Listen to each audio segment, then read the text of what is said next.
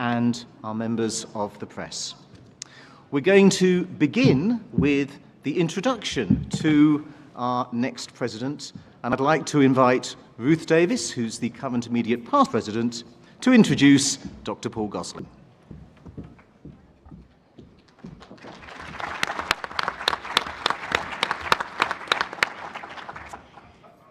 Good afternoon, everyone. Keep it short, keep it simple, keep it real, said Paul when he first asked me to introduce him. Yes, keep it short, keep it simple, keep it real, said the guy whose WhatsApp profile picture is of him dressed as a Viking warrior.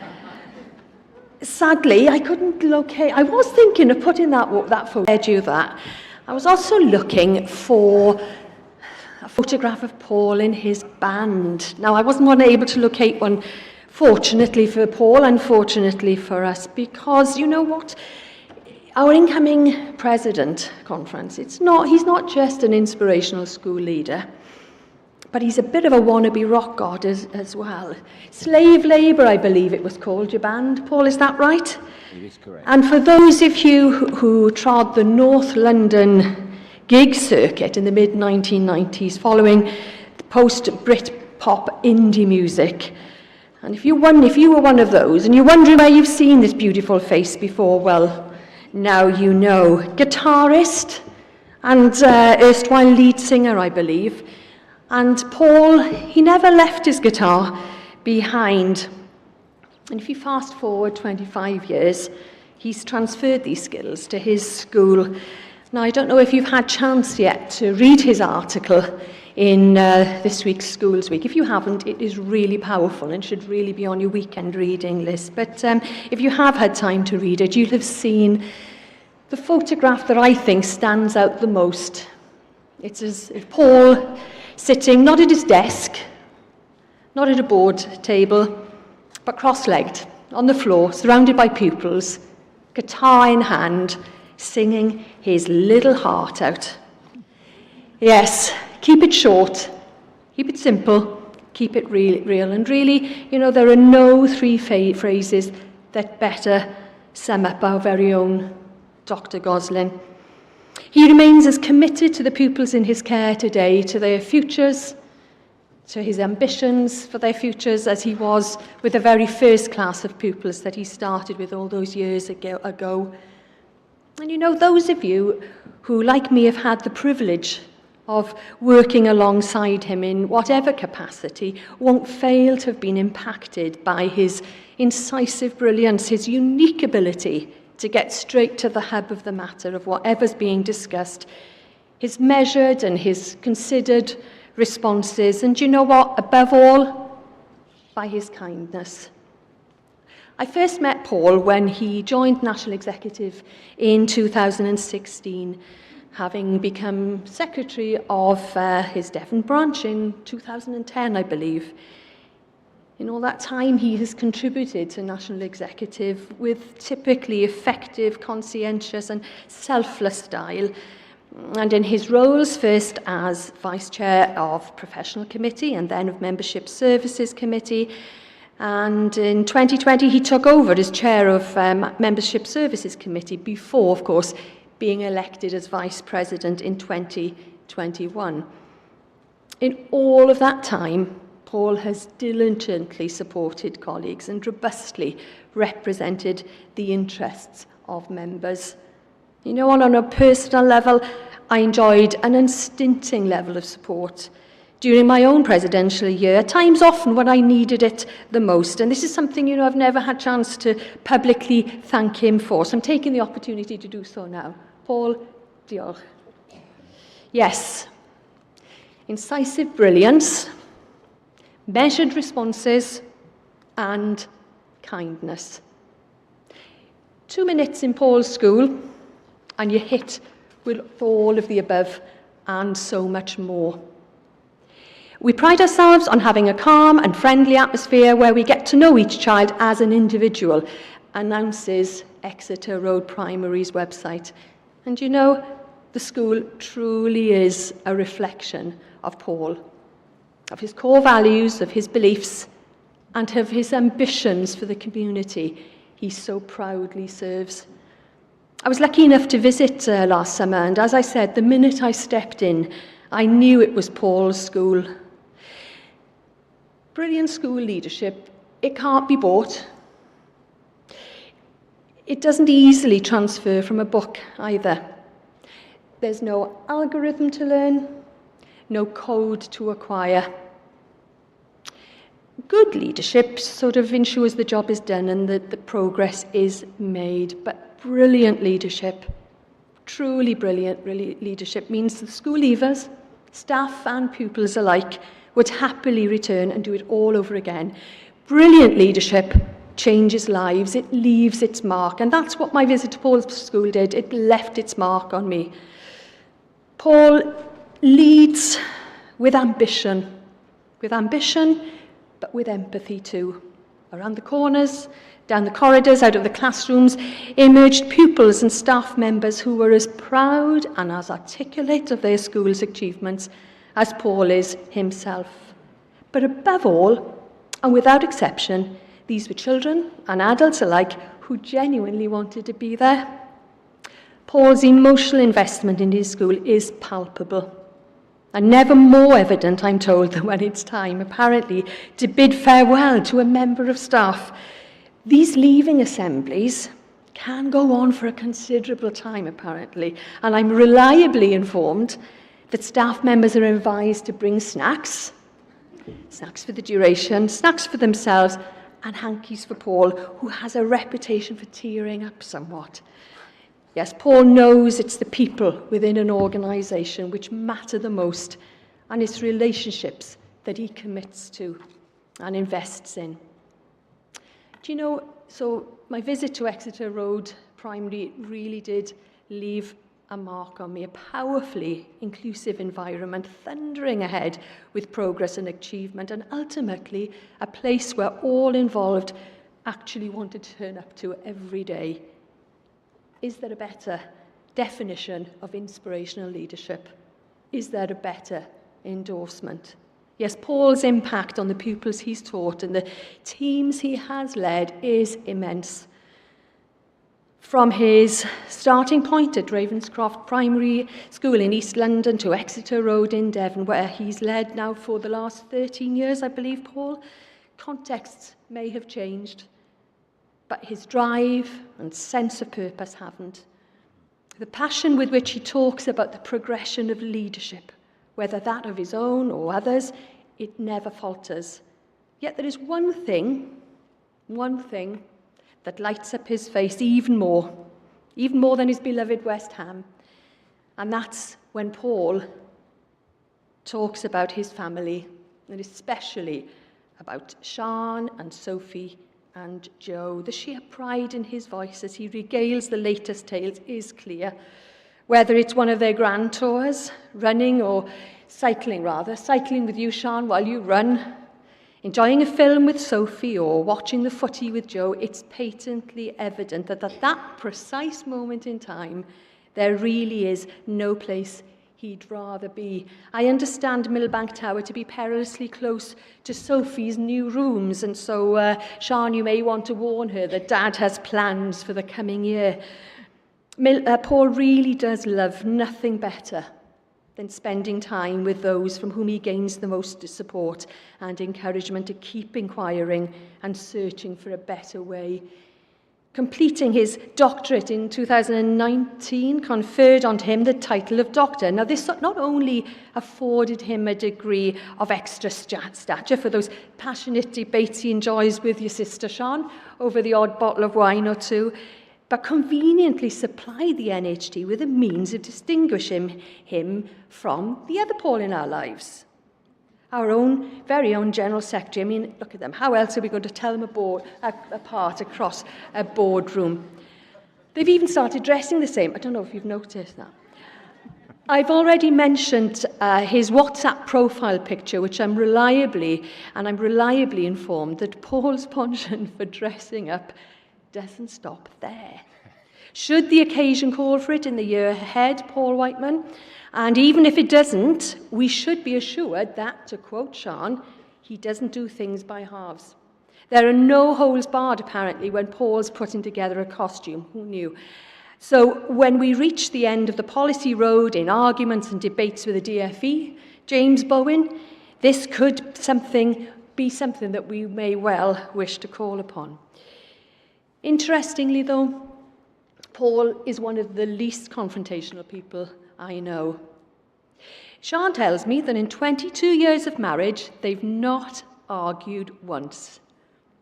Though this may be, because I know Sean originates from Wales and everyone knows better than to argue with a Welsh woman. I say, interestingly, least confrontation because I find my own thinking on a professional level continually challenged by Paul. He's not a person who is afraid to challenge a point of view, an idea which he perceives to be at odds with his own core values, or a plan which is going nowhere. And you know what? This is why I know NHT is in safe hands for the year ahead. Tim has done a sterling job in leading us out into the post-pandemic landscape with a renewed sense of clarity and direction. But if anything, the year ahead promises more bear traps still.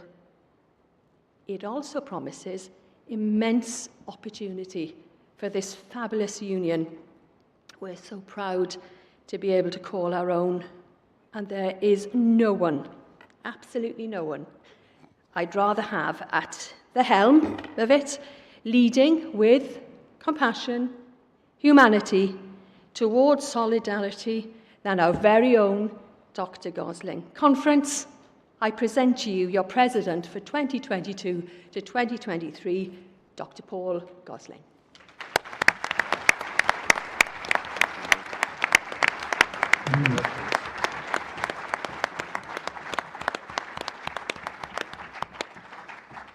Thank you very much indeed, Ruth. And so I now invite Paul Gosling to address conference. Conference, will you please welcome again your next president? Thank you. There's nothing like a build-up, is there? Good afternoon, colleagues. For the last 13 years, I've been the head teacher of Exeter Road Community Primary School in Exmouth, Devon. I love my job. I love the joy that every day brings. I love working with the children and I love working with the staff, all of whom are dedicated to serving the children of the community. Now, I'm not the best school leader in the world. I'm not even the best school leader at this conference. And on some days, I'm not even the best school leader in my school. But, like many of you here, I am an outstanding school leader. I'm outstanding on the playground in the morning, and I'm outstanding on the playground at the end of the day. I visit every class most days, and I talk to the children and find out what they've been learning. I have lunch with the children. I know every child in the school, and I know their families. I'm the crucial human interface between our school and what's going on in the community. And my professional motivation is to do the very best that I can to provide the highest quality of education possible to the children at my school. And I'm sure that's also true for those school leaders here. So every day, I see the consequences, unintended or otherwise, of every government policy or education department initiative. Therefore, I'd like to talk about my lived experience at my school over the last 13 years with reference to the 5 NHT priority campaigns and why I think they are crucial in this current educational landscape. And I'll start with child poverty. When I became the head teacher at Exeter Road 13 years ago, the percentage of children receiving free school meals was around 30%. In the January census of 2022, that figure was at 45%. And the true measure of deprivation is probably much higher. But even that rise in poverty in my school's community is shocking and stark. What is also concerning is the growing number of our families who are using the local food bank regularly. In fact, the local food bank has given me emergency rations to pass on to families in crisis. When I first became a head teacher, I'd not heard of food banks outside of the work done with the homeless in London. But now they're a vital part of our local community support. What century are we living in? And last Christmas, the Salvation Army provided presents for 10 families at my school. 8% of the children at Exeter Road had Christmas presents provided by charity. This is Dickensian. We've also recently noticed a rise in children coming to school tired as they've had no heating on at home and have found it difficult to sleep on cold nights. But I think the most worrying increase I've seen in our community is the deterioration in the mental health of some of the parents coming to the school. The constant pressure and worry about paying bills, feeding children, and finding the rent takes its toll. After morning drop-off, we regularly have parents in tears, overwhelmed with financial concerns and worries that they cannot provide for their children.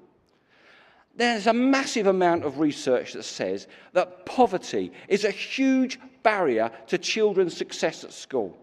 Overcoming that barrier at Exeter Road is a significant part of the work and a growing part. And my staff undertake that daily. And that's even before we get to teaching the curriculum. Now, this government's aspirations contained in its recent white paper can only be realistically achieved by tackling poverty.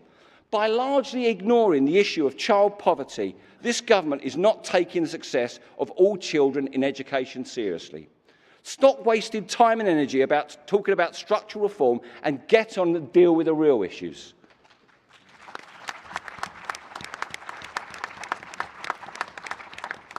This leads me on to another of NHT's priority campaigns: invest in pupil and family services. Back in 2009, when I first started at Exeter Road, we had part of our school site used by the local children's centre to deliver a range of support and services to the community. However, these services were cut during the austerity years, and our children's centre can no longer provide the level of service that local families need. The services that families at my school rely on have become difficult to access. My school has stepped in to provide some much-needed support, such as parenting courses and baby and toddler group. But we're not funded to do this work, and it's becoming increasingly challenging for us to provide this support. And I, as every school leader in the room will also attest, I'm sure, accessing mental health services for children in my school has become almost impossible. As a school, we do all we can to help with children's mental health issues, but still there are a growing number of children whose needs outstrip the resources we have. They need professional help. But unless these primary-aged children are in extreme danger to themselves or others, the wait for help is interminable. I know that's not just my school finding this. The systems that support children and their families are broken, and this is a national scandal. Now on to school funding. In 2012, our school was well funded enough to have a teacher to support one-to-one tuition of reading, a teacher to support one-to-one tuition of maths, and a teacher to teach quality music across the school. Since then, all those posts have been cut due to real terms decline in funding. I now find it painfully ironic that the government has set targets for reading, writing and maths and has suggested that one-to-one tuition may be one of the tools we could use. In 2017, I had to make some general teaching assistants redundant to balance the budget, taking away valuable classroom support that benefited all pupils. Running that redundancy process was one of the hardest periods in my time as a head teacher. I was making decisions that decreased the quality of the education we could provide as a school. I could go on and on, listing the cuts I've had to make over the past 10 years to get my school's budget to balance. But my school's biggest funding challenge is with the current state of funding for children with special educational needs. SEN funding needs fixing urgently.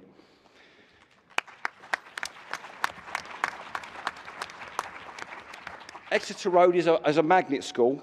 Just under 10% of our pupils have an education, health and care plan, and we regularly have children joining our school as their needs cannot be met elsewhere.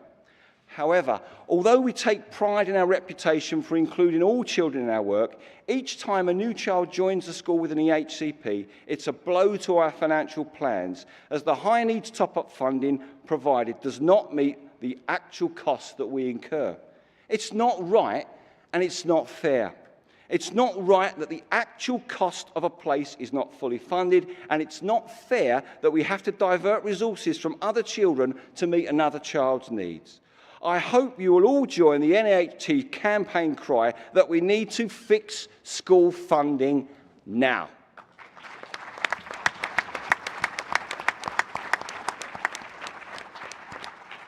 Another of NHT's priority campaigns is to restore pay in education, and for me, the pay of our vital support staff needs to be addressed as a matter of urgency. Exeter Road is a great place to work, and we have a good local reputation for how we treat staff. And it used to be the case, when we advertised for teaching assistant posts, we would have tens of applicants to sort through for shortlisting. However, in the last 18 months, positions at this level have been difficult to fill. We have 1 or 2 applicants, and in some cases, no applicants at all. We have also offered posts to people who have subsequently pulled out when they've calculated the pay. We are finding it increasingly difficult to compete in the local jobs market. This leaves children without the support that they are statutorily entitled to because of their special educational needs. And this very month, one of my best full-time teaching assistants was evicted from her home as she could no longer pay her rent. We must have pay levels in schools that enable us to attract and keep high-quality staff at all levels. The children deserve no less, and we must not be shy to speak up about the pay for teachers and school leaders too.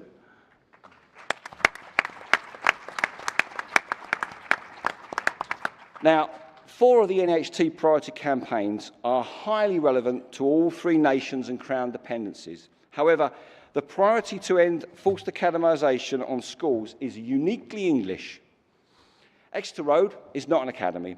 We're a proud local authority maintained school, proud to be in the Devon family of schools. However, we're also part of a cooperative trust of 3 local schools and part of our local learning community of 13 schools and academies. We're also part of the South West Institute of Teaching, a huge collaboration of schools, academies and other institutions. The current Secretary of State has said that he wants all schools to be part of a strong family of schools. And although we're not part of a multi-academy trust, we are part of several strong families of schools, and we get the challenge and support that we need from a range of different people in a range of different institutions.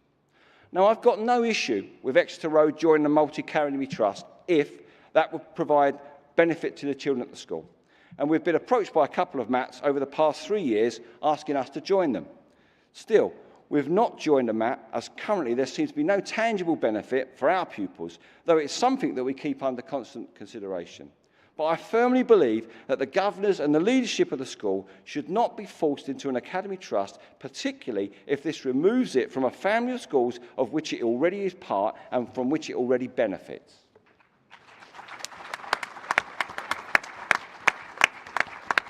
So from my lived experience, I would say that the NHT is spot on with its current choices of priority campaigns. End child poverty, invest in pupil and family services, fix school funding, restore pay in education, and end forced academisation. Suppose the governments of Northern Ireland, Wales and England truly listen to the voice of school leaders on these issues and work with us to address them. In that case, we could truly begin to fulfil the promise that education offers to all children. Now, this year marks my 30th year in education. During my career, the best schools that I've worked with or visited or worked in are those run by people who have a strong culture of compassion and humanity for their pupils and staff, people who care about how others are treated. My school is a place of warmth, humanity, security, and a place of learning and fun. I genuinely love my job. There's always joy to be had. For example, In the middle of the autumn term, our community warmly welcomed 26 children of refugees from Afghanistan into our one form entry school. Every year group, from nursery to year 6, except for year 1, accommodated at least one child from Afghanistan into their class. The joy has come from watching these children who were nervous and frightened at first, grow in confidence and develop friendships with the rest of the children in the school. On the cold, dark days of January and February, watching the children play together, even without a commonly spoken language, brings home the warmth of the academy that I know exists in many schools and academies across our 3 nations and crown dependencies. However, over the last couple of decades, I have witnessed how some of the warmth and humanity has been driven out of the education system. This was highlighted during the pandemic by the way that school leaders were treated by government messaging. There were several examples where government organisations displayed a lack of empathy, warmth and compassion, and even an utter contempt for the collective wisdom of an experience of tens of thousands of school leaders.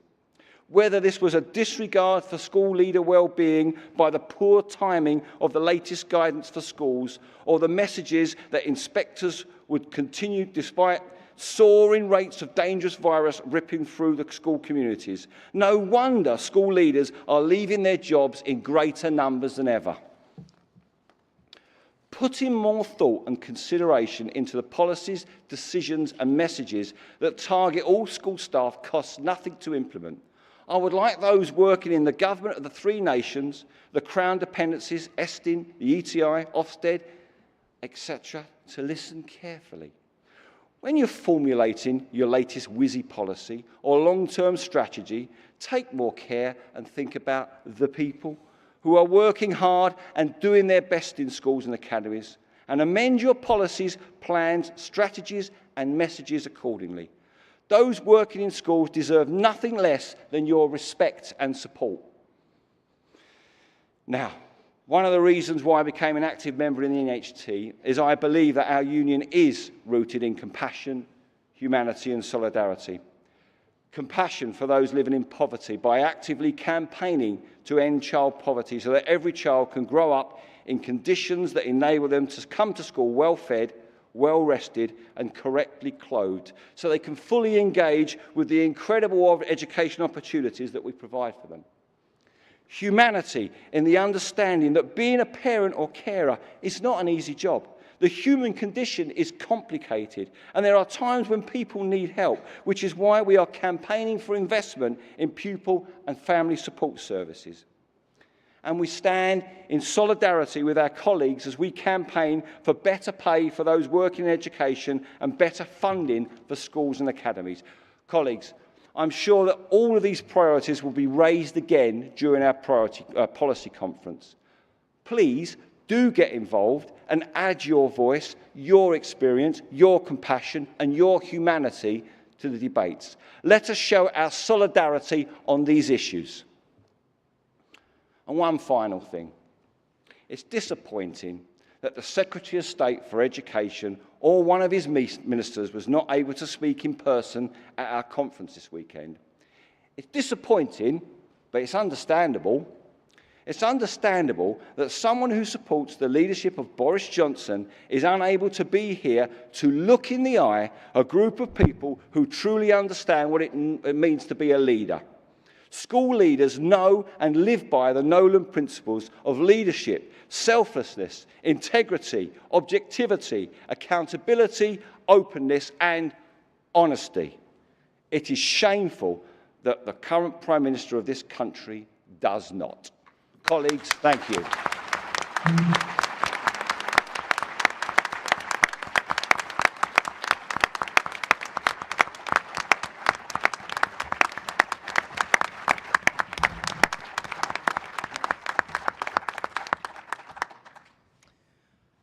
Well, thank you, Paul, for such a passionate and a committed speech. Listening to you, it was deeply thought-provoking, challenging, and inspiring at the same time. And I know that our union is in terrific hands for the next year. Just before we break, I just want to add something to what Ruth said about Paul's musical career. Some of you may have heard me say this on the online AGM, but I think probably many of you won't. Ruth mentioned that he was in a band called Slave Labour, and along with many other up-and-coming bands at the beginning of their careers, they performed on the London gig circuit. And one of the bands Paul performed regularly with was called Starfish. And Starfish had a singer who was a certain Chris Martin. Well, Starfish rebranded. They changed their name to Coldplay. Fast forward 27, 28 years, Coldplay, as we know, are international superstars, one of the biggest bands in the world, millions of fans performing sold-out concerts everywhere. And Chris Martin can definitely be described as a rock god.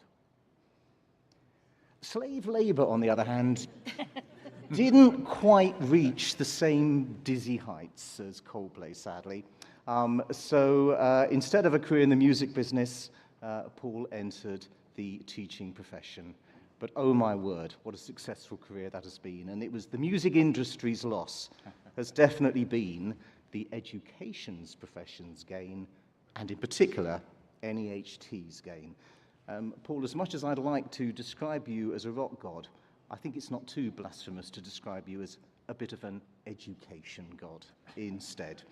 I know Paul is going to be an absolutely terrific president, and I so hope you enjoy the year ahead. On a personal note, I really look forward to working in partnership with Paul, joint presidency as it were, for the summer term, and then Paul to being a very committed and supportive immediate past president to you in the next academic year. You have got our conference off to an absolutely terrific start. Conference, once again, will you please show your appreciation to Paul Gosling?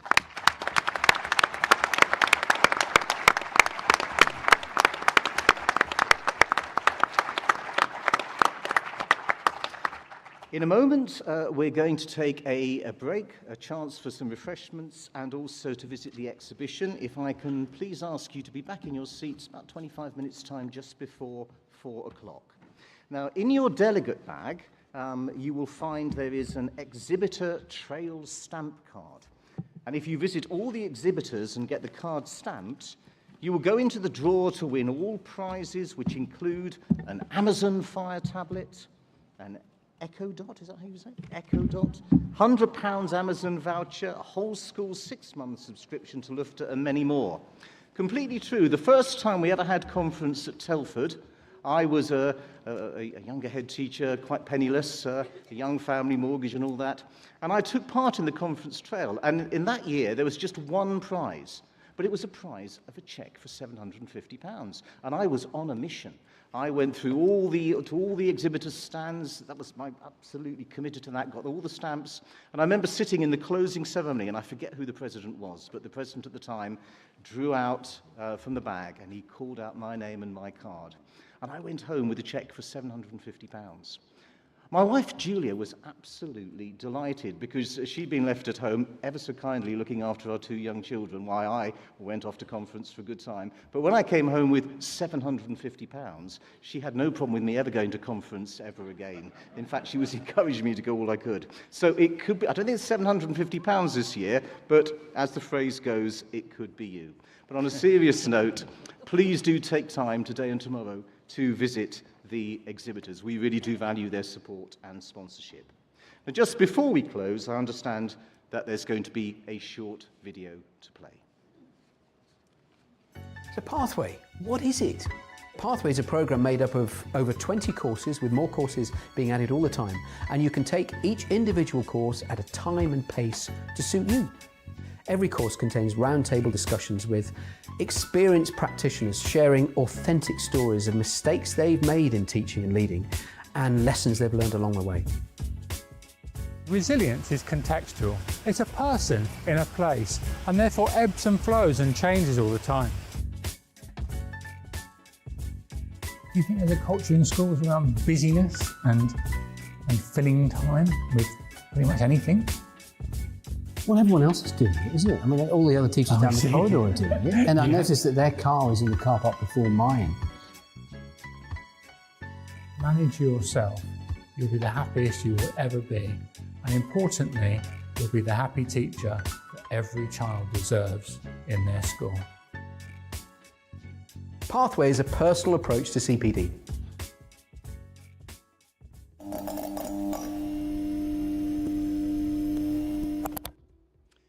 Thank you, everyone. Please enjoy the break.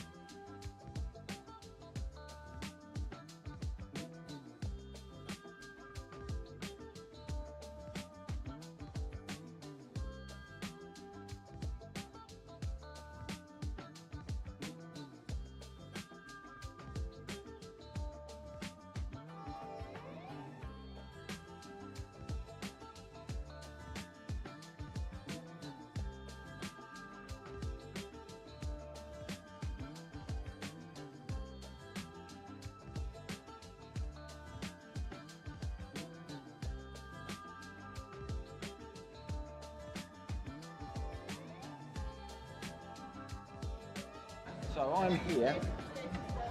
Magnus is there. You're there. I said that.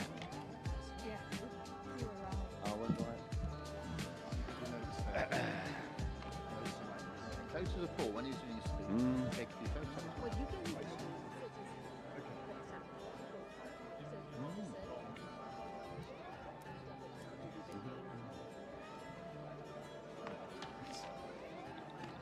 It's not a World Book Day, you just Is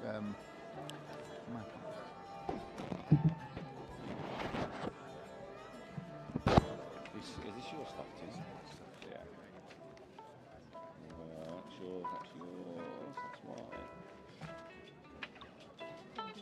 Brilliant.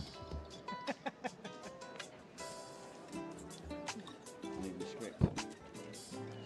Right. You got... There it is, that's my script.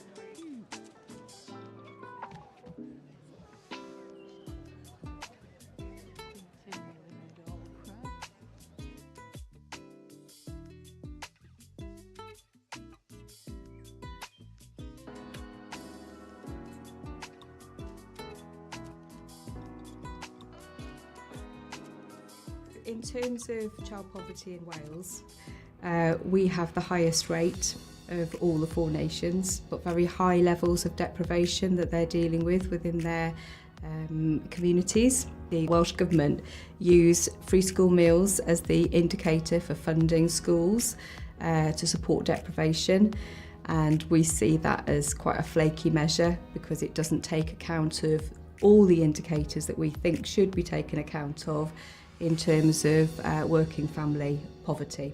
One of the things we're campaigning for is to take a broader view of how to fund deprivation and support schools. But we need more schools to access that funding to support the children in their communities.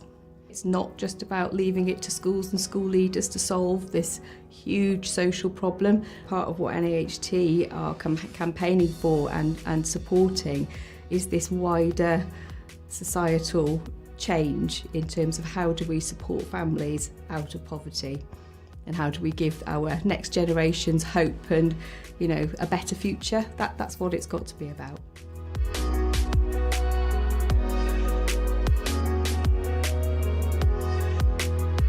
We need to act swiftly, but have a very, very clear plan about how we are going to improve the educational system in England and indeed in the UK.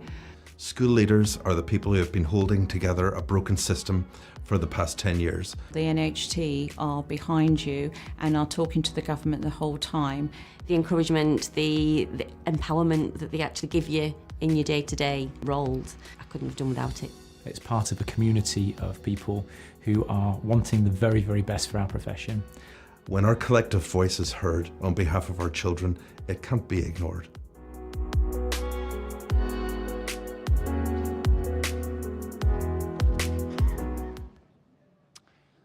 Welcome back, colleagues. I hope you had a good break. I'm now going to start this session by doing this. Okay. Before we start, Marika Miles just wanted to send a big thank you to whoever it was who handed in her diamond bracelet. She lost it earlier, and it's got great sentimental value, and she would have been devastated if she'd lost it. So she wanted to pass on her thanks to the mysterious, honest person in the room. Thank you very much. Okay. We're going to start. I'm going to invite Paul Whiteman, our General Secretary, who's starting his next term of 5 years from September, to address the conference. Paul.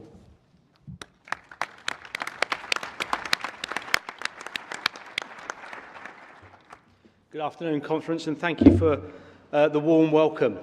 Just before I came up, I was just asking the last time or the first time that we were in Telford, and it was actually 2017 when it was announced that my name had come forward as the preferred candidate to be General Secretary to follow Russell Hobby.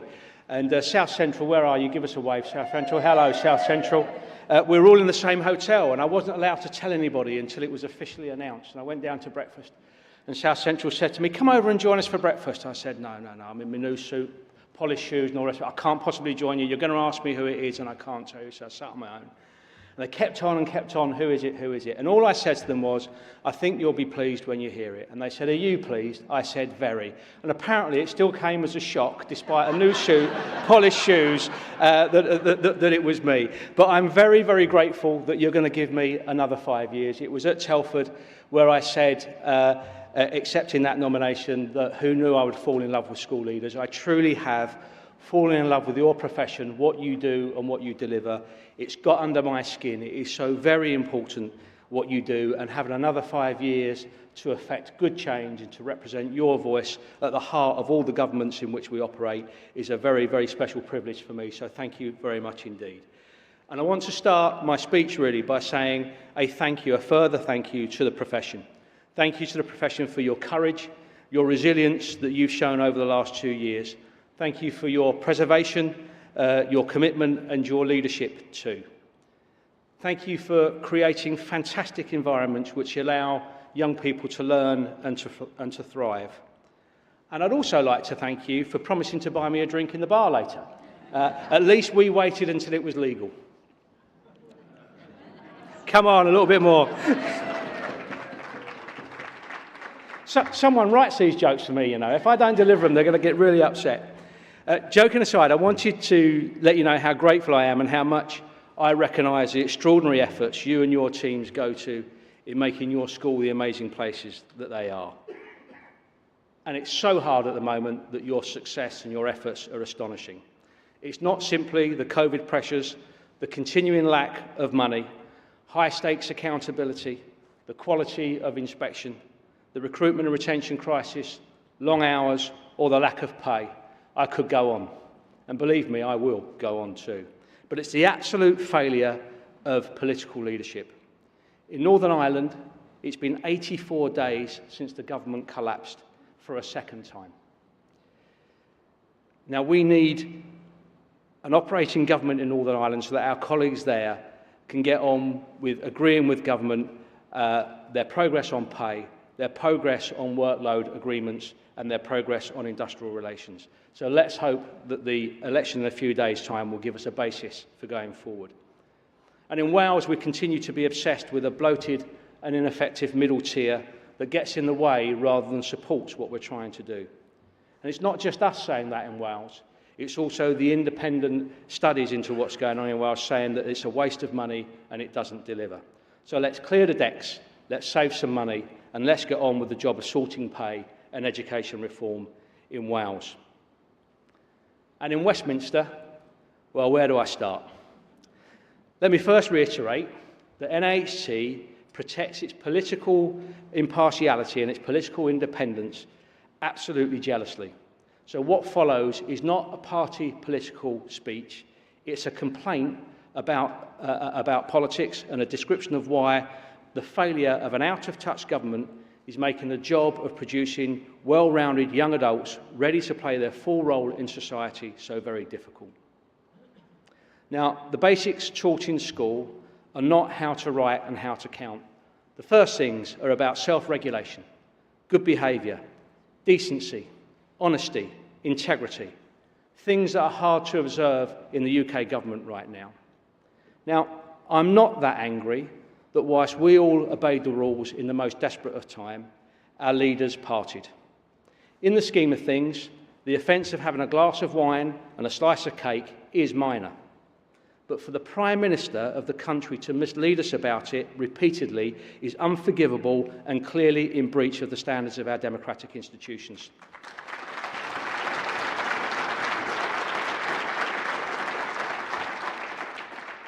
And I ain't falling for this nonsense about how time has moved on and he has apologised and there are bigger issues now. If we cannot trust our leaders to tell us the truth about cake, how can we trust them to tell us the truth about war?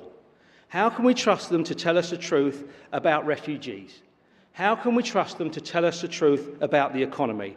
And how can we trust them to tell us the truth about the progress of the pandemic? And how can we trust them to tell us the truth about their plans and ambitions for education?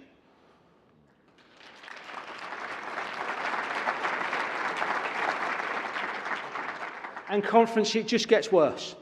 MPs have a basic obligation to protect the institutions of democracy. By failing to act on the lack of veracity for political reasons, they erode democracy and they corrupt it in front of voters and in front of young people. All those failing to call out bad behaviour should be ashamed of themselves. And then come the ridiculous attempts to evade and to hide the depth of wrongdoing. And of course, the targets are always the very public servants that saw this country through the crisis. According to Michael Fabricant MP, you were all off having a party in the staff room at the end of each working day.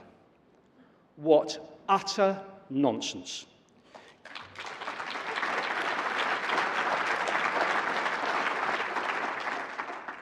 You worked hard to ensure schools were some of the most tightly regulated places in the country. And you, all of you, made sure that you were fantastic role models within your communities.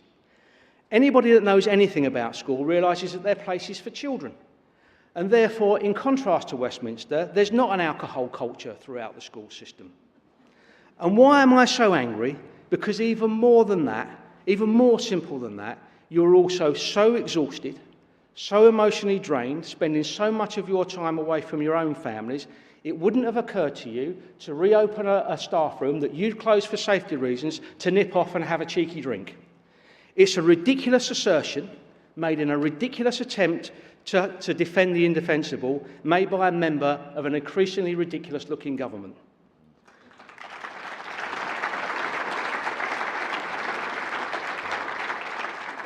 And this all matters because young people can see this playing out before their very eyes. And I know that your efforts to make sure that young people understand the basics of self-regulation, good behaviour, decency, honesty and integrity become so much more difficult against that backdrop. Like the rest of us, young people see on the television every day the appalling scenes from the Ukraine. And before that, the difficult scenes from Afghanistan and the difficult scenes from Syria too. They also see refugees, desperate humans arriving on our shores in rubber boats from France. And they can see the complete lack of compassion, the complete lack of humanity demonstrated by our government in the way that we deal with these issues. Now, young people are not stupid. But I am using technology that I can't work. Oh dear, oh dear.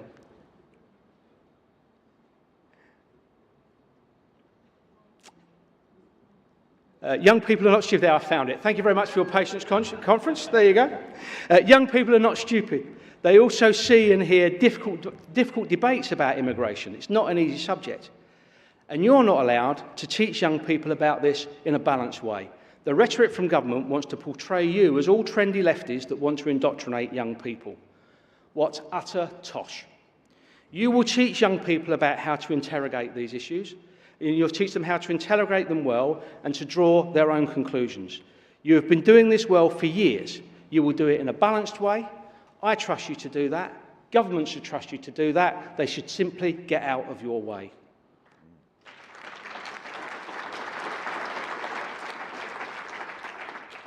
And it's not just desperate families coming from abroad that should be occupying our minds. The rising incidence of poverty and child poverty are a blight on this government's record. Hungry children with chaotic lives at home are difficult to teach and difficult to care for. And it doesn't matter how many alliances, how many task forces or how many discussion groups you have, you simply need to care for people properly and make sure young people have food in their bellies. The government likes to boast that we have the fastest growing economy in the G7. Now, that's another statement that I'm not sure will withstand scrutiny. But we do have one of the richest economies in the world. And therefore, it can't be that hard to make sure that young people have the basics they need to be ready to learn. As you walked into conference today, you would have seen this year's theme, 3 very important words: compassion, humanity, and solidarity. 3 things the education profession has in abundance. This theme was chosen by our incoming President, Paul Gosling, and if you're ever lucky enough to visit Paul's school near Exeter, you'll see the fantastic work he and his team do every day, demonstrating those values. Compassion, humanity, solidarity. I can't think of 3 words that resonate so clearly when I think about what fuels our profession and our trade union. Compassion, humanity and solidarity is almost an unspoken credo for everything we do. After all, who of us can think of any genuine educationalist who isn't driven by the principles of compassion and humanity? We care, our profession cares. We care about our pupils, we care about their families, we care about the communities that our schools serve, and we care about education and how it shapes society. But we also care about each other, and we stand side by side in solidarity with other school leaders, and that's why you're here today. Everyone in this room knows that when school leaders support each other, we achieve more, we learn more, and we go farther and we go faster. I believe that's why so many school leaders are so well attuned to the principles of trade unionism. It's in our blood, it's what we do. Of course, we don't care about everything. We don't care for forgotten promises, half-baked solutions, or superficial soundbites. We don't care for change for the sake of it, or being asked to meet arbitrary targets, or the constant moving of goalposts. When we do care, what we don't care for is the politics of division, interfering with what we stand for and how we do our jobs.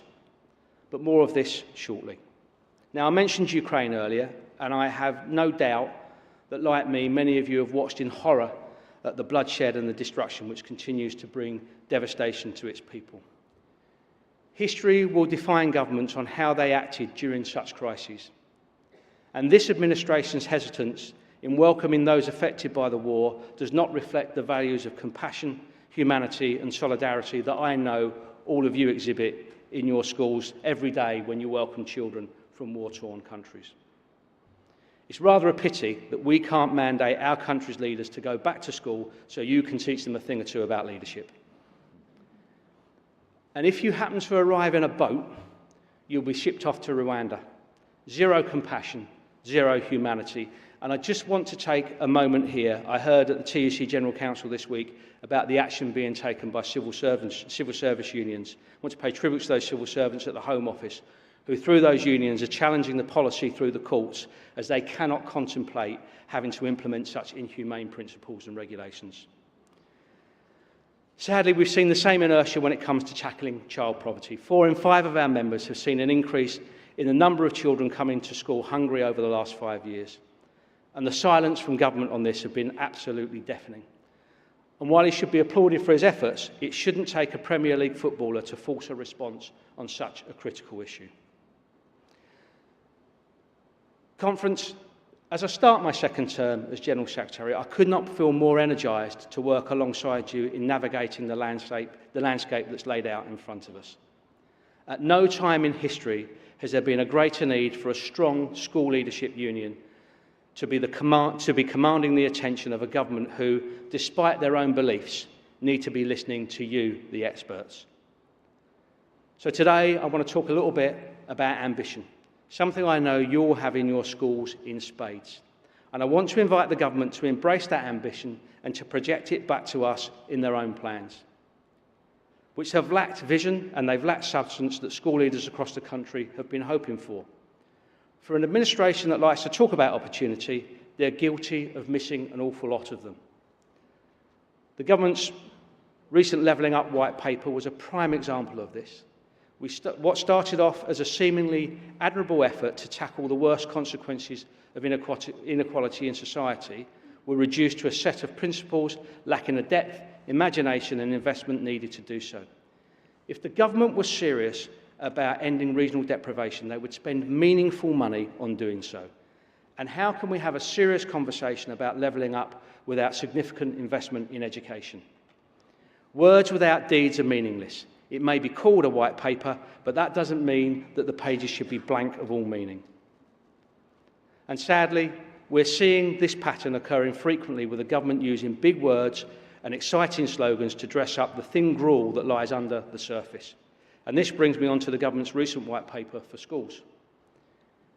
Just imagine having a blank canvas to design the future of education. Someone once said that the best way to predict the future was to create it. And that's exactly what was on offer with this opportunity. I know what we'd do. I know what you'd do if you were given a chance, because you tell me all of the time. You'd invest heavily in the early years, and you create a meaningful package of support to lift up our young people from birth to the time they leave education.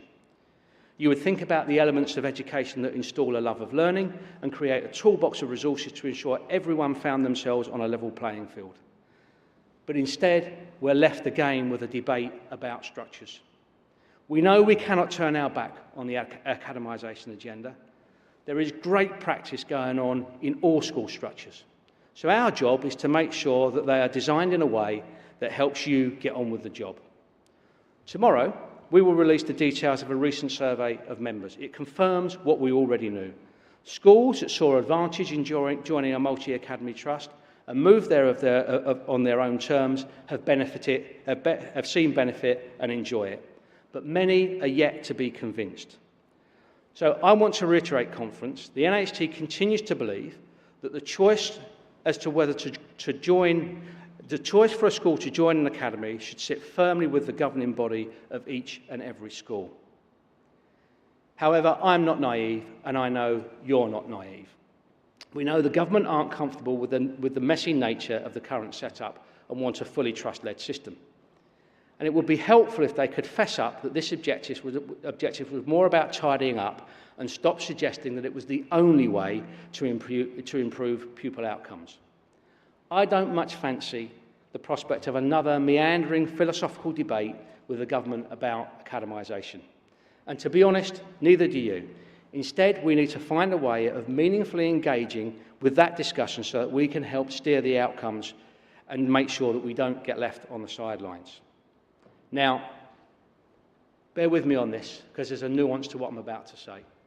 Our own Secretary of State, Nadine Zahawi, gave two important undertakings when he spoke at our policy conference last October. He said he would be led by the evidence, and he also said that he would not set an arbitrary date for joining a strong family of schools. Now, to be fair to him, and in a welcome contrast to some of my complaints earlier about government, he has not quite broken those undertakings yet, but he is sailing very close to the wind. The talk of schools being on the journey by 2030 looks like a deadline to me, but he has not taken powers of compulsion yet. And the continued statement that the evidence shows that this is the route to improvement is at best controversial. And that's why I'm so disappointed that the government has not been able to field a minister for our conference today. Today was an opportunity to provide the reassurance and reset the foundations for the discussions that we will need to ensure that the evolution of the school system delivers for schools and delivers for the country. Our message is simple. Develop a compelling case, not a case for compulsion.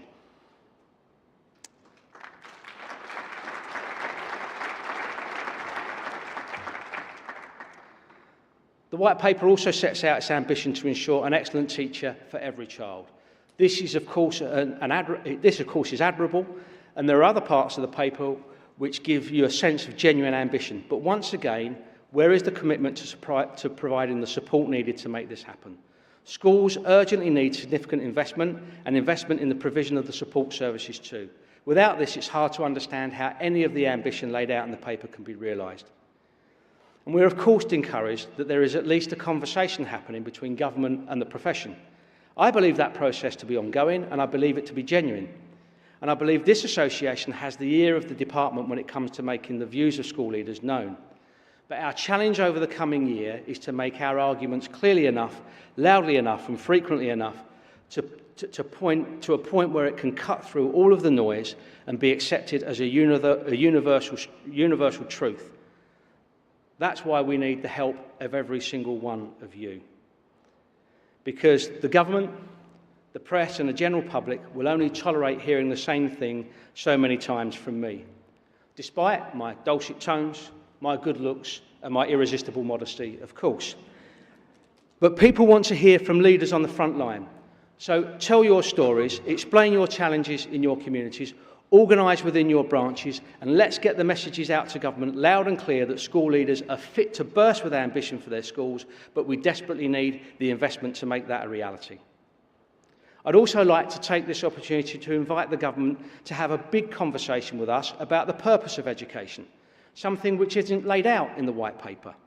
To the Department for Education, I say this: let's stop tinkering around the edges, with tabloid catnip about the length of the school day, and have a big, meaningful and comprehensive discussion between ministers and school leaders about what we want education to deliver for society. And let's add the detail after that. That's a genuine offer. Of course, creating a great system doesn't just require investment in schools, but investment in the people that work in them too. And this needs urgent attention. An excellent teacher for every child sounds less realistic when you consider the series of pay cuts against inflation that teachers and school leaders have continually suffered since 2010. This has, of course, had a huge impact on teaching being able to compete with other graduate professions as a viable choice of profession. And this has since been compounded by the massive cost of living increases that the country now faces. It's absolutely crucial the government steps in before further damage is done. The recent plans for a starting salary for new teachers of £30,000 a year is, of course, a step in the right direction. But this absolutely needs to be matched with equivalent increases for all current teachers and school leaders.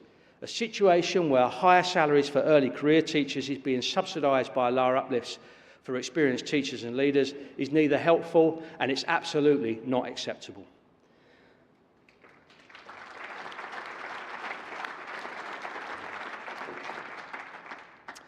The constraints placed upon the STRB have eroded confidence in the process. And government, you're a beat away. You're just a beat away from all the industrial difficulties the review body process is designed to avoid. Wake up, government. This is a crisis that you can avoid. But it's not just about pay. We can't ignore the mental health crisis that we're going through in the country and the impact this is having both on the learning and teaching sides of the divide.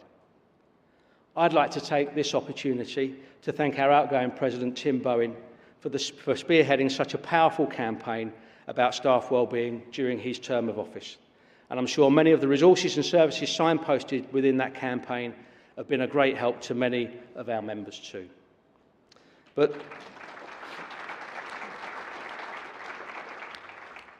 the NHT can't do all the work. We need government to step up to ensure that teachers and school leaders can access all the support that they need when doing what can be a stressful, emotionally demanding, yet crucial job. We need our teachers and school leaders to be the best possible versions of themselves. They can help our young people be the best possible versions of themselves too. Conference, I'm sure you'll be pleased to hear that I'm almost out of time. But we've got plenty of motions for you to debate. This is where you start doing the work as well. But what kind of speech to school leaders is complete without mentioning Ofsted? You thought you were going to get away with it. I'll be brief, but I want to let you know that I've been listening to what many of you have told me. And the overall feedback that I've been receiving is that the Inspectorate have at times been somewhat tone deaf, to say the least, to the reality of what schools have been through and continue to go through, with the inspectors often suggesting that they don't want to hear about COVID, almost as if COVID is being used as an excuse. Well, let me be clear, Conference, it was never an excuse. It was a crisis, and I'm having a crisis with my technology once again. Remind me to do it on paper next time, and we won't have these pauses for us too. I wonder what mark I'd get from Ofsted right now.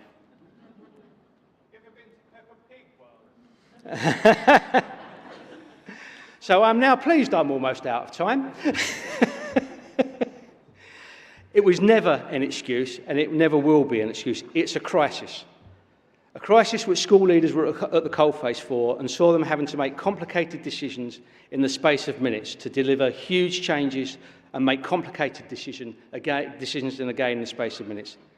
You had to deliver huge changes to educational provision, deal with issues of critical illness amongst staff and pupils, and to communicate last-minute changes to guidance while still trying to digest it yourselves. The fact that schools continue to operate at a time when so many elements of society shut down is nothing short of miraculous, and schools and school leaders should be commended for making it happen. Rather than brush it aside, Ofsted, I implore you to fully reflect on the context which has led to where schools find themselves now. How else can you achieve a proper picture of what success looks like and how far schools have come? Conference, I stood before you in October of last year and we talked about our hopes for education recovery. And despite everything, I still remain hopeful. I remain optimistic that through meaningful dialogue with governments, we can highlight the key areas that need their attention, but it's hard not to feel frustrated when we're met with the right noises, but without the concrete plans to back it up. The point is, the profession is full to the brim with people who have the talent and ideas, the energy to take education forward. Now we need the resources to do it. Conference, we all know this government loves a good party. So why don't they give the rest of us something to celebrate? Fully funded schools, an end to child poverty, well-resourced support services for pupils and families, the money for the early years that we need, pay restoration, and a system that we all agree upon. I genuinely don't think that's a big ask for what we're getting in return. So let's keep demanding it until we get it. So colleagues, enjoy the conference, engage in the debates, vote with your whole heart, and if you see any of your peers looking a little bit worse for wear on Sunday morning, please remember to treat them with the compassion, humanity and solidarity that I know you're capable of.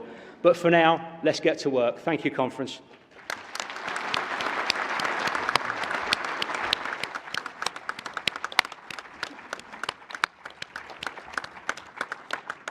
Thank you, Paul.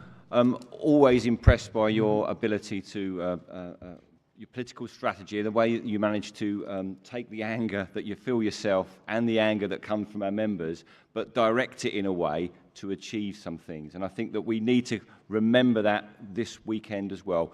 We are trying to keep in the room with government. A lot of us are angry about an awful lot of issues.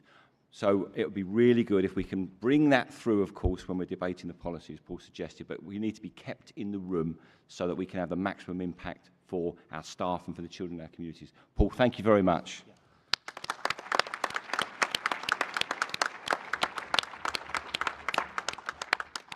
Right, so that leads us on to our debate and policy making session. So if you remember from those of you who were here for the AGM, when the motions come up, there'll be someone proposing and seconding, and they have 5 minutes to do that. We've got a timer, and there's a timer in front of the microphone there by the podium. After those people have spoken, there's the opportunity for anyone else to come and join. So please go and sit waiting where you can see Emily. Give us a wave, Emily, over there. And you get 2 minutes to talk on that motion. Okay, and as we were saying, it really is important. We've got 16 motions, I think, plus we've got some emergency motions that are coming in tomorrow, but we've got time in this conference. Those of you who have been at conferences before, sometimes we were at policy conference in October, we had 38 motions. We've got 16 plus another 3 or 4 emergency motions. We've got time, and it'll be really good if we can have your voice, your experience, a diversity of views up on the microphone. So if you've never spoken before, this is a really good opportunity for you to perhaps come and say something if any of these motions mean something to you. Thank you. Right, so we're on to, we now come to the first debated session, which will take motions 1 to 5 in this session, and they're on safeguarding and pupil support and accountability. So moving to motion 1, and that's standing in the name of Cornwall branch with Dom Wilkes, who's proposing, and seconding is Simon Haig.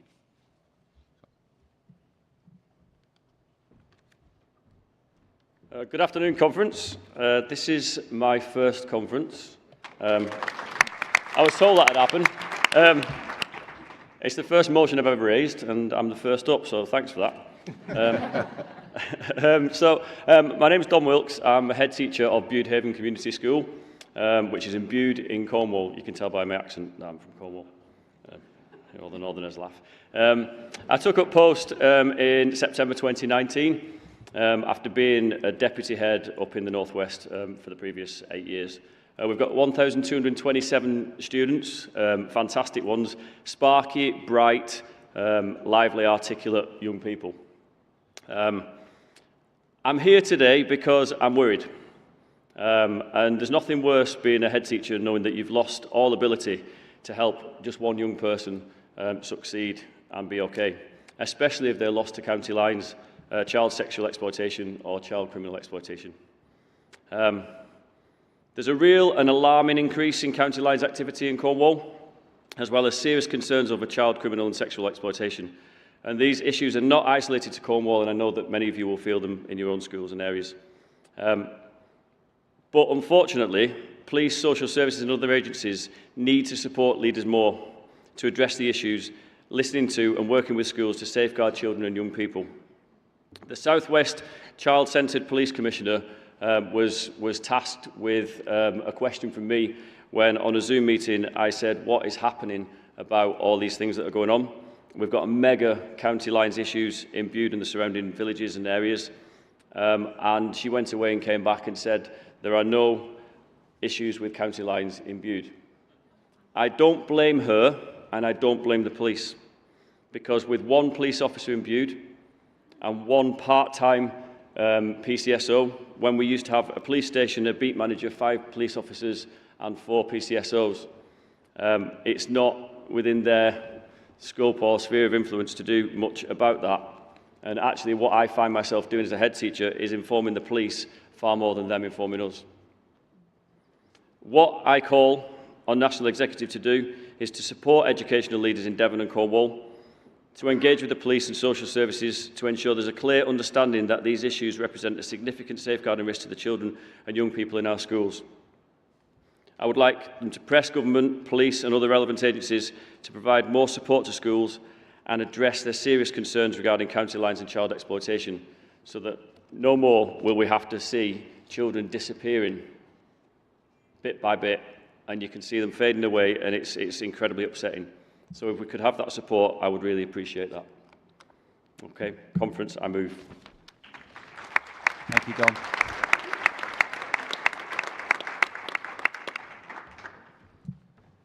And I second. Thank you, Simon. Okay, conference. Is there anyone else wishing to speak? I can see Emily, but I think she's speaking on the next motion. We have James. Oh, no. Apologies, James. Okay, no one wishing to speak on this motion, in which case let's put it to the vote. Could you raise your hands, those in favour of this motion, please? Thank you. And those against? And I think that is unanimously carried. Thank you. Which moves us, thank you. Which takes us on to motion 2, and the proposer is Emily Prophet, and James Field is seconding. Hi, I'm Emily Prophet. I'm from Staffordshire, but this motion is proposed by National Executive from the Professional Committee on behalf of Paul, I believe. We are all human, aren't we? Every human life is worth the same and worth saving. One of our own children's authors, J.K. Rowling, said this and summed it up quite well. Safe. Safe from ill health, safe from hunger, safe from bullying, safe from oppression, safe from harm, neglect, injustice, hatred, discrimination, and war. The list goes on and on and on.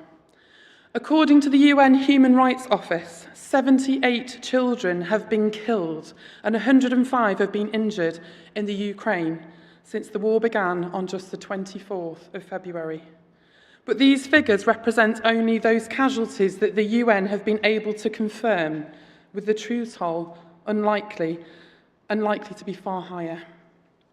Some 1.4 million people now lack access to safe water. 4.6 million people have limited water access, under threat of being entirely cut off, and more than 450,000 babies aged 6 to 23 months need complementary food support.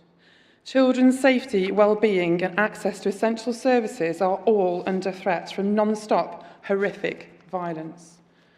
We have seen populations across the world affected by war and conflict over decades. The most recent tragedies in Afghanistan and the Ukraine, which have shone a light on the importance of demonstrating our compassion and humanity in supporting those seeking refuge. These, sadly, are only two examples of many atrocities facing innocent populations globally. Urgent, planned, effective support is needed now. Every humanitarian crisis is also an education crisis. In the Ukraine, after a month of war, local authorities have reported that more than 733 educational institutions have been damaged or destroyed, and these are the ones that they know of. The problem has not gone away and will continue to grow as we see day upon day. Take a moment now to think about your branch. To me, representing a large authority that would equate to almost double the educational establishments we represent in the whole of Staffordshire. As the UN Education, Scientific and Cultural Organisation states, beyond learning, education offers a protective environment that is even more relevant to crisis-affected populations, particularly to their children. We are all human, aren't we? We heard from our own President, Paul, that they have taken in Afghani refugees into their school, 26, I believe, and how fabulously they are doing and what a fantastic education has been offered. But it cannot be achieved without the right, proactive, timely and funded support. The ability for schools to access integrated services and support quickly without political influence, bureaucracy and bias is key to meeting those children's needs. And this is what we are missing. We are all human, aren't we? Meet Abdullah, an Afghani refugee pupil. When he was born, his doctors told his mum that he had spina bifida and that it would be best for him to die. He's now in our country, in Devon. The photo is him just after he was given his first custom-made wheelchair at his refugee school. All the staff were choked up when they saw him wheel himself around for the first time in his life. A perfect example of how multi-agency support working together can change a life. We are all human, aren't we? We want to help. We want to make a difference. Many schools are well practiced at supporting children and young people who are refugees. However, we know that many of the children and young people will face challenges as they integrate into the new schools and communities. And it is therefore essential that schools are provided with the appropriate support required to aid this quickly. Conference calls on the government to ensure schools, the relevant partner agencies, are provided with all the necessary funding, support and resources required to ensure that UK schools can be the kickstart to the future that these children so desperately need. We're all human, aren't we? Every life is worth the same and is worth saving. Conference, I move.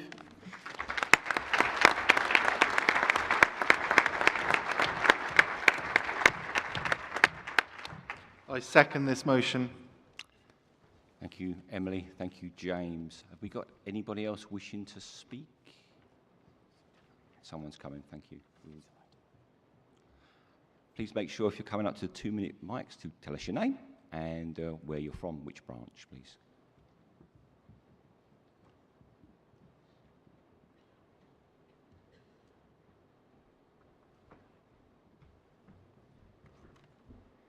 That's a really long way. I might stay for the next one.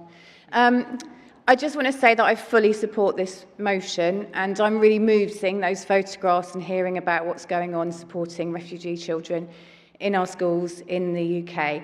I just want to say how disappointed I've been that it has taken white European refugees to really awaken people in this country to the need to do this support. Thank you, Hildy. Do we have anyone else wishing to speak? No, in which case, Can I see hands for those in favour of the motion, please? Thank you. And those against? And that is carried unanimously. Thank you very much.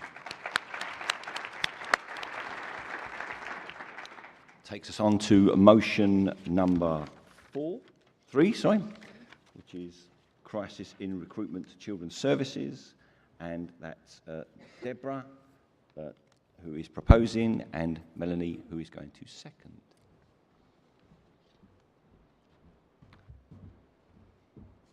Conference, good afternoon. I'm proud to stand here in front of a message that I feel represents us so well. Thank you, Mr. President, for your choice of words and the uplifting message that I think will carry us through this year. This motion, I hope, resonates with all of you in this room. The pressure on us all as leaders is immense at the moment.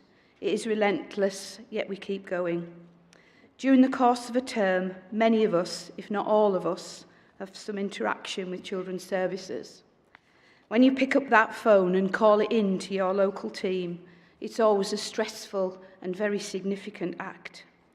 Safeguarding procedures in all of our schools are pored over, training given and refreshed, policies updated, briefings delivered. We never stop thinking about it. Keeping children safe is the priority. It appeared in the recent white paper, and we all know it's a key feature of inspections. When you have children at risk of neglect or harm in your school community, you worry and play it over in your head. Have I done enough? Could I have done more? Have I missed something? How must it be to be in that child's shoes? Some of the many things that keep you awake at night. But back to that phone call and that referral process. You call it in, a referral is made, the process is started, and you know, hopefully, that this will lead to decisions being made with a variety of outcomes, including the heart-sinking decision, no further action, no thresholds met. The problem we have, colleagues, is the strain that we know our children's services are under. The capability and capacity to deal with the increasingly frequent and more complex cases that we are facing in a near post-COVID world. It's just not there. We have all experienced cancelled meetings, no social workers, a rapid change of personnel, difficulty in making contact with somebody, last-minute invites or cancellations to meetings by IROs or social workers. We were at breaking point in some regions before COVID. The increase we are seeing because of COVID means the very system to keep our children safe is actually becoming unsafe. In order to secure the safety of all children and ensure accountability across the whole system, we must address this current crisis as a matter of urgency. Conference, I move.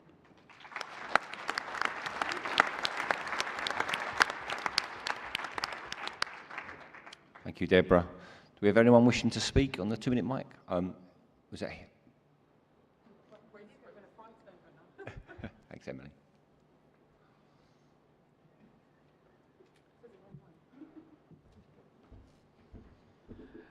I just want to support this motion. I am extremely frustrated as a head teacher. We are told within our authority that early intervention is key, and I firmly believe that. We are still sitting waiting for 2 quite concerning referrals for families that don't meet threshold, and we put in what's called a Tier 2 referral in our authority, which is early intervention, team around a family, all of those sorts of things. I put those referrals in on the 17th of January. I still wait to hear on the outcome of those referrals. In the meantime, we're supporting those families in school and things are not improving. Is it going to take something serious to happen in those children's lives for somebody to step up and support them? Thank you, Emily.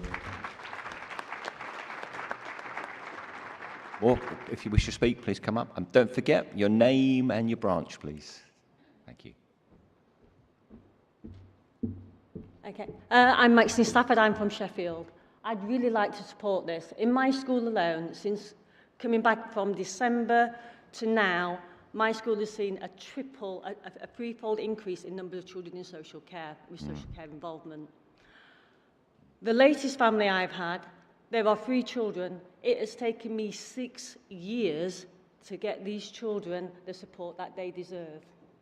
So when this child first arrived in my foundation, the eldest of the 3 children, I put a referral into social care because of it was a sexual abuse case. The children had various social workers, and every time they got a new social worker because of recruitment and retention, we went back to the beginning. These children now have been abused and abused and abused. And it has taken 6 years to get these children removed from that family. Emily's just said, what does it take? It takes that in order to get somebody to act for these children. Every time a new social worker, starting again from the beginning, going to child protection conferences only for that to be dismissed and me having to make new referrals back. This is terrible. It's not just recruitment, it's retention. Because actually, even when we get a good social worker, they go. Because actually, the support for them and the actual things that they have to, I suppose, have to absorb. And we found it difficult enough, but I don't think there's a support for those people. Yesterday, just before, because it always happens just before you leave school, doesn't it? Right? I had a child that I had a physical abuse, it was in the playground, a physical assault on a 5-year-old.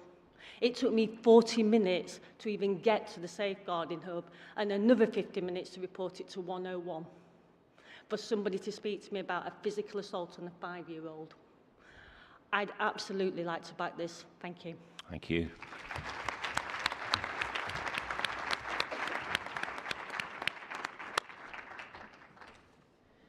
I'm also fully in support of this motion for all the reasons that we're already hearing. I get those in my school too.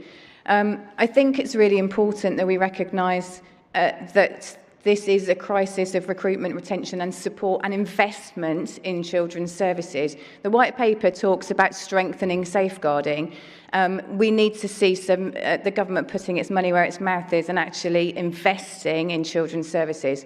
The other thing I wanted to say is I'm fed up of seeing front page headlines that are looking for scapegoats amongst social workers for the failings in keeping children safe.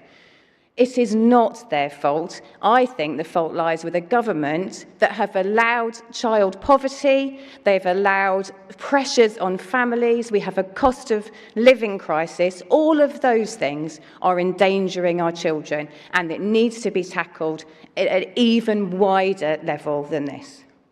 Thank you, Hildy. Name and branch, please. Clem Cody, Cumbria branch. This motion did resonate with me as I read through the booklet last week. And Deborah mentioned a phone call. Sometimes in Cumbria we get an answer phone. So we phone through and we can't even speak to somebody on the other end of the phone. And I was really grateful to Cumbria Local Authority for listening to our branch's concerns from members.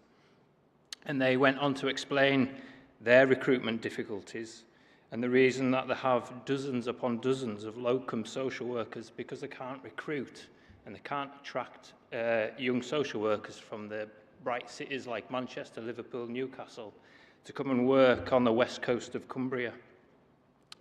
And members highlight the difficulty of trying to get the social worker on certain days because the local authority, in order to get those locums, employ them on a 4-day week. So some days of the week there's less social workers available to give them that attractive long weekend.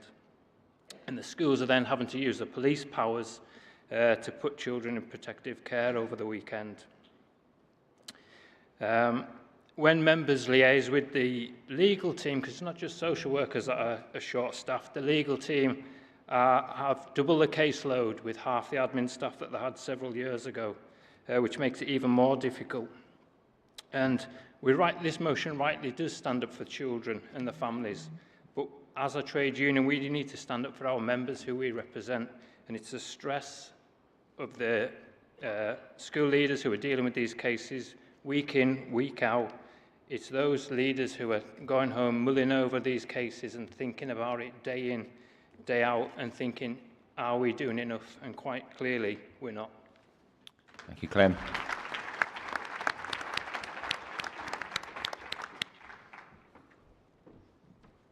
Karina Hansen, and it's NAHT Cymru Swansea branch. So I just want to stand up to say we've got exactly the same problem in Wales. It's exactly the same picture, and on a in a local scenario, I guess I can talk about the head teachers in Swansea, and it comes up in every single Swansea head teachers meeting.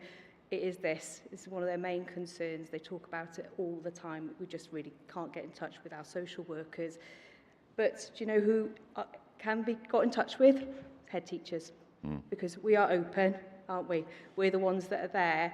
And so when things do go wrong, it's quite often the schools that take up that slack. Even if we can't get in touch with people, it's schools that are picking it up all the time. So, yeah, I just want to say it's a national problem. Thank you, Karina.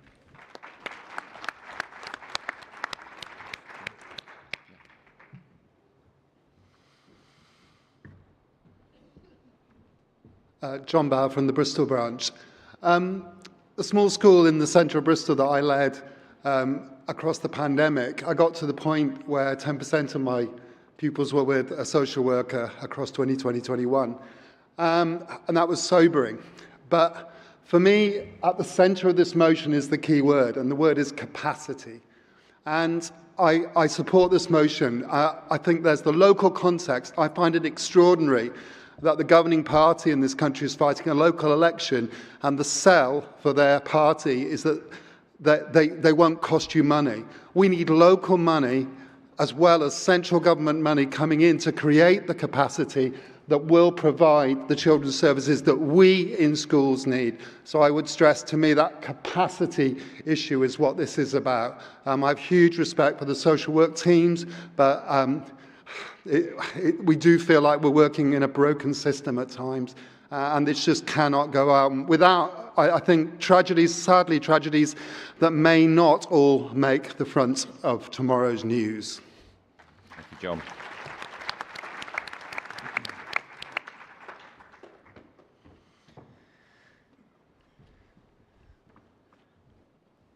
Keith Wright, North West Region, National Executive. Good afternoon, colleagues. The Secretary of State likes evidence, and I think we can all resonate to the increase we've had in children that have gone to Section 47, Section 17 and early help, and the numbers have shot up.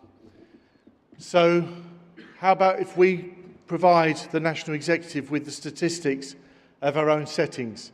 How many children between, even pre-pandemic, 2017, 2019, 2022, are now on child protection, child in need, early help, and the timescale, the average timescale it's taking for children to get referred who end up on Section 47, Section 17, and early help. We all know that there's many families that we're working with now in crisis.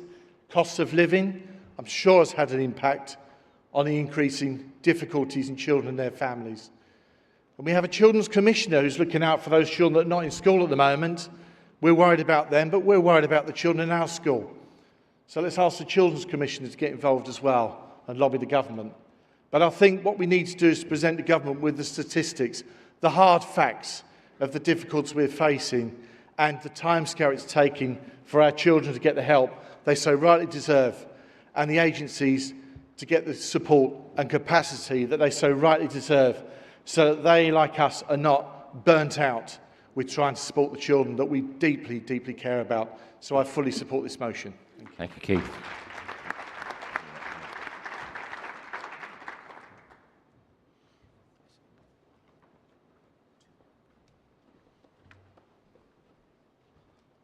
Good afternoon, Conference. Matt Stelly, Isle of Man branch.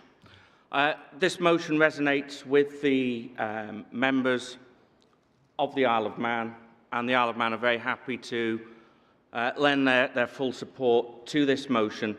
In fact, I just wanted to speak similarly to my colleague from Wales This is an issue that extends beyond the shores of just the UK and hits across jurisdictions across the British Isles, and I hope that National Executive and Conference will support the other jurisdictions across the British Isles in raising this matter with their respective governments as well. We've clearly heard how important an issue it is, and I support this motion fully, as does the Manx branch. Thank you. Thanks, Maxime.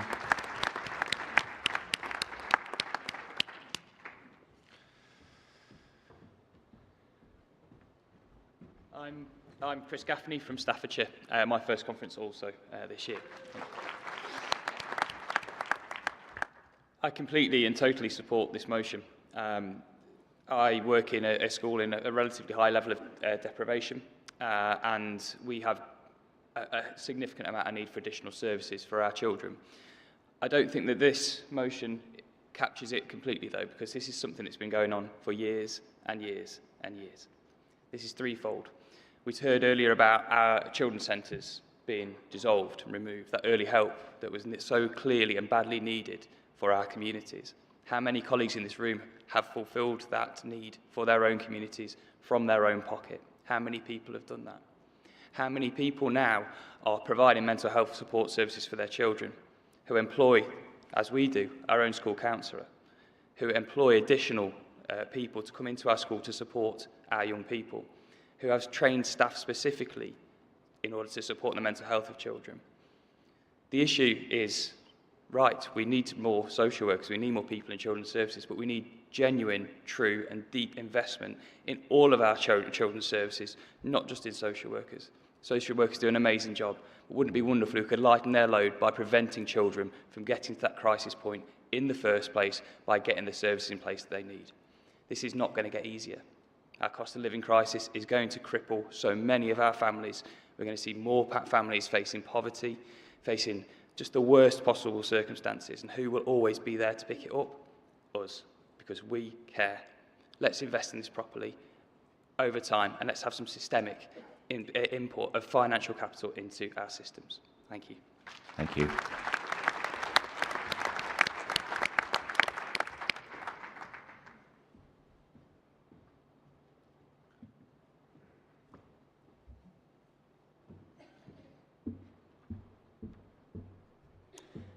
Hello, Amy Lassman from Conference, unprepared to speak but moved. In Birmingham, we've had a terrible situation. Our children's services have been inadequate for a decade and recently reached the lofty heights of requires improvement. We've got a DfE direction and the troubles that we have to get anything achieved in school. In March, in 1 week, I made 3 referrals for physical abuse of children. 3 times we had strategy meetings, Section 47, and 3 times the police and social services didn't visit those families until 24 hours later. So I had to send those children home knowing that they'd disclosed to me some of the worst things that could happen to them, and I had to send them home. 3 times when the police came the next day, they tried to criticise me and my school for not making a referral quickly enough. And 3 times I had to say, I made this phone call within 2 minutes of that child disclosing. The thing we need to recognise here is that this started to go wrong in Birmingham in 2010. And the other thing that happened in 2010 was a change of government and a policy of austerity. This is a political issue. Our children are suffering, our schools are suffering, out of a political decision to underfund children's services and schools. It's not an issue about recruitment. The money isn't there. We've got gaps. We've got places for hundreds of social workers that we need. It's not that they're not there. The funding isn't there to pay for them. This is a political problem and a political issue, and it can only be resolved through politics. So I think we need to stand really firm, stand together on this, and use the compassion, humanity, and solidarity. But it's, like the other speaker said, it's not fair to social workers to blame them. It's not their fault. It's not our fault. This is the fault of a policy of austerity that has damaged children's services to a point that we might not be able to return from. So obviously we support this motion fully, and I hope that you all do too. Thank you. Thank you.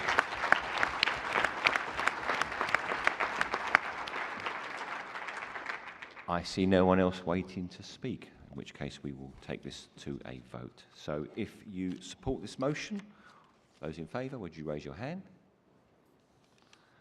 Thank you. And those against? And that is carried unanimously. Thank you very much, Conference. Now, motion 4, we'll put it up. Unfortunately, neither the proposer or the seconder of the motion are here. So if there's any delegate on the floor of Conference who would like to adopt this motion, can you see Magnus after this session closes? And we'll put it back into the programme for debate tomorrow. If no one adopts the motion, then it will automatically fall. Okay, thank you, which takes us on to motion number 5. And we've got the very intelligent Ruth Davis, seconded by Karina Hansen. Yeah, this motion is obviously relating, the detail relates to Wales, but the context is very much a national one. The process, as we know, by which children learn and make progress is indeed a complex one.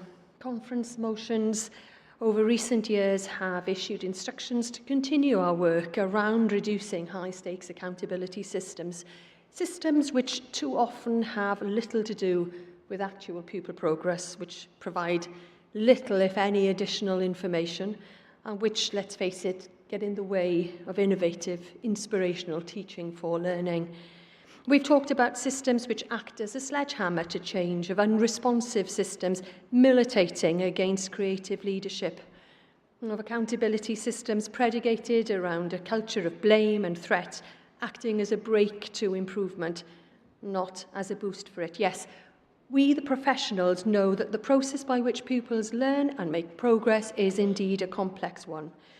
It's not one that can conveniently fit into boxes or one which can be described by a series of data marks. We know that a pupil's progress path is as individual as the pupil themselves, as individual and unique as the pupil themselves. We know not to be overly concerned about progress which maybe doesn't follow a consistently upwards trajectory path. We know that a pupil's ability to reflect on and experiment with their learning plays a critical part, and that bumps in the road and periods of plateauing are essential for learning to properly embed and to be acquired for life. As professionals, we commit to the long game. Yes, the quest for meaningful, transparent and purposeful accountability systems remains a priority across our 3 nations, and rightly so. However, within Wales, the issue is further complicated by the introduction of unnecessarily complex additional layers of bureaucracy.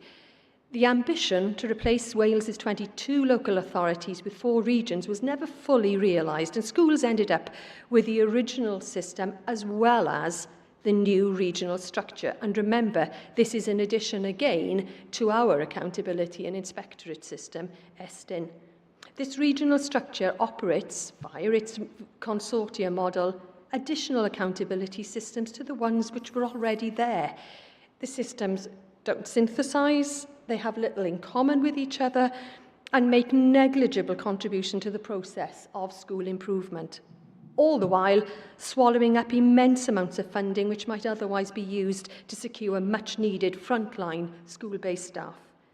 Through previous motions, NHT Cymru has challenged Welsh Government to provide value-for-money evidence to prove that the impact of these additional layers of governance and accountability, that it is at least equal to, if not greater than, the impact those extra staff would have.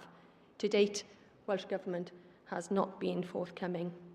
September 2021 saw Wales launch its bold reformed curriculum, a curriculum with well-being at its heart, which makes no apology for prioritising skill-based learning over knowledge-based, and which replaces subjects with areas of learning.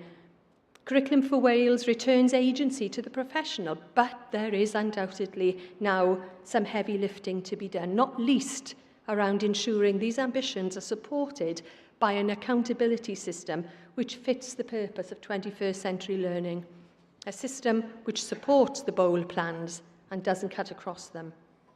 We call on Welsh Government then to commit to this aspiration, to actively engage with the work of NAHT Cymru around it, and furthermore to ensure that the impact of the regional consortia work represents at least good value for money.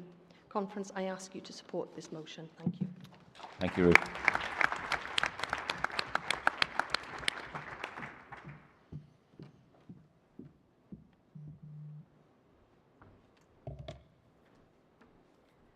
Just very quickly going to add that our consortium model hasn't actually been very successful in itself, and through our ESTIN accountability measures, through their own inspections of consortia, they've all been found along their journey to be found to be failing, and indeed one of our consortia has completely disbanded, and we've also got local authorities that have pulled out of the consortia, so we have a very disparate, I guess, sort of messy picture in our nation at the moment. So, Conference, I second this motion. Thank you, Karina.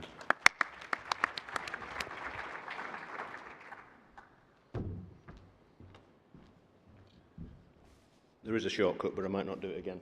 It's a big step. Conference, Chris Kirkham-Knowles. I chair the professional committee for NAHT, and I just want to use the opportunity of this motion to sort of set up a new league table of ridiculousness, picking up one of Paul's themes from his speech. In professional committee, we hear from all of the nations around the issues that they're facing. And over the years, I've been doing it for too long. James is going to take it up at some point, but I can't persuade him just yet. But over the years, we've sort of done a scoring system. And I have to say, over the years, Northern Ireland wins, hands down. And they're nodding at the back there. You know, it's what they're sort of battling with every year is quite incredible. And not having a government is worse than having a government, which is rather strange, isn't it? But in Wales's case, a few years ago, we were actually, I think, around the table, we were looking at it and thinking, this is sounding good. Rob Williams was there, he was sort of giving it rock all about what it was going to be like, and they were going to have this system. And then all of a sudden, that's crumbled. And it's crumbled due to the sort of issues that we're all too familiar with in England in terms of that over-involvement of governments and their ministers. So I'm supporting this motion, but using it as an opportunity to extend it to all nations, that we do, as an organisation, have to take control of the accountability system so it works on behalf of our members to support young people, not just in Wales, but across all of our nations. And so I am supporting this motion fully. Thank you, Chris.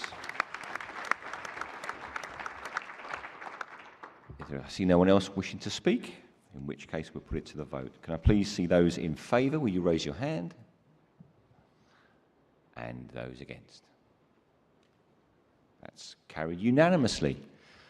Conference, that is the end. That's the last motion in this session. So I've just got a couple of things I need to say, so please continue to listen if you would. The first note I've been asked to say is for those of you who might have put your car in the venue car park for the conference centre, please note that you should not leave your car in the venue car park at the end of conference tomorrow. Remove it to the hotel car park before the gala dinner, or I think you might get your car locked in for the weekend and have to stay in Telford, which is a wonderful place to stay. Now, this is the next important announcement is we have tonight, hopefully, your regional dinners. So that's hopefully a great chance for you to meet up with colleagues and make some good memories, connections. And you'll be very pleased to know that Tim and I have been asked to restore the tradition of going around and meeting the branches tonight. So in case you don't know, Eastern and London, you are at the Ramada Hotel in the Callow Suite at 7:30. Southwest, you're in Ramada as well, in the Long Myriads Suite, 7:45. South Central are in restaurant 1840. They know something that perhaps the others don't. We're going to have to find out where that is, Tim. South East Wales and Northern Ireland are in the Wildwood restaurant from 8 o'clock. West Midlands are in the Holiday Inn in the Reynolds Room. Yorkshire and East Midlands are in the Holiday Inn in Reynolds 1 and 2. Sorry, West Midlands are in room 3. And North West and North East are in the Holiday Inn Conservatory. And that's at 7:30 for most of those things. Conference, it's been an afternoon of some motions, and thank you for everyone who's come up to speak, first-time people as well as those who are more established. Great to hear a variety of voices and also hear the passion spoken about the disintegration of children's services and what we need to do about it. So let's keep that in mind, and hopefully we can add some more debate to some important motions taking place tomorrow. Have a great evening, and we will see you later. Bye-bye now.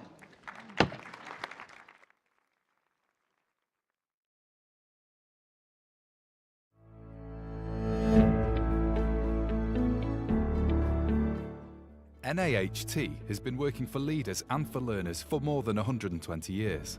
We believe that well-supported school leaders create good schools, giving children better futures and benefiting society as a whole. NAHT is here for you. We provide guidance on all aspects of your role, from employment issues and matters in the classroom to new legislation. We offer specialised advice, support and legal representation through our highly skilled team of advisors, solicitors and regional officers. NAHT is here for you throughout your career. Our programme of continuing professional development keeps you at the top of your game and can help you make your next move. NAHT speaks on your behalf. Our policy and campaigns team regularly grabs the headlines and the attention of decision makers with our credible evidence-based research.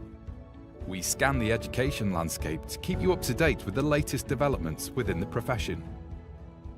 Central to our work is our vision, growth, community, voice. NAHT is the largest trade union and professional association for school leaders. We want to continue to grow, to bolster our collective strength, and to develop the unrivaled services and support we offer you. NAHT is where school leaders belong. Across England, Wales and Northern Ireland, we offer a place for you to come together to exchange ideas and learn, highlighting problems and identifying solutions. NAHT is an authoritative voice in the room. We believe in finding practical solutions, but like our members, we will make our voice heard when it counts. Our approach means we not only have the ear of key decision makers, but they seek our advice. We're here for school leaders, for learners, and for society as a whole. We campaign to improve schools for everyone. NAHT, for leaders, for learners,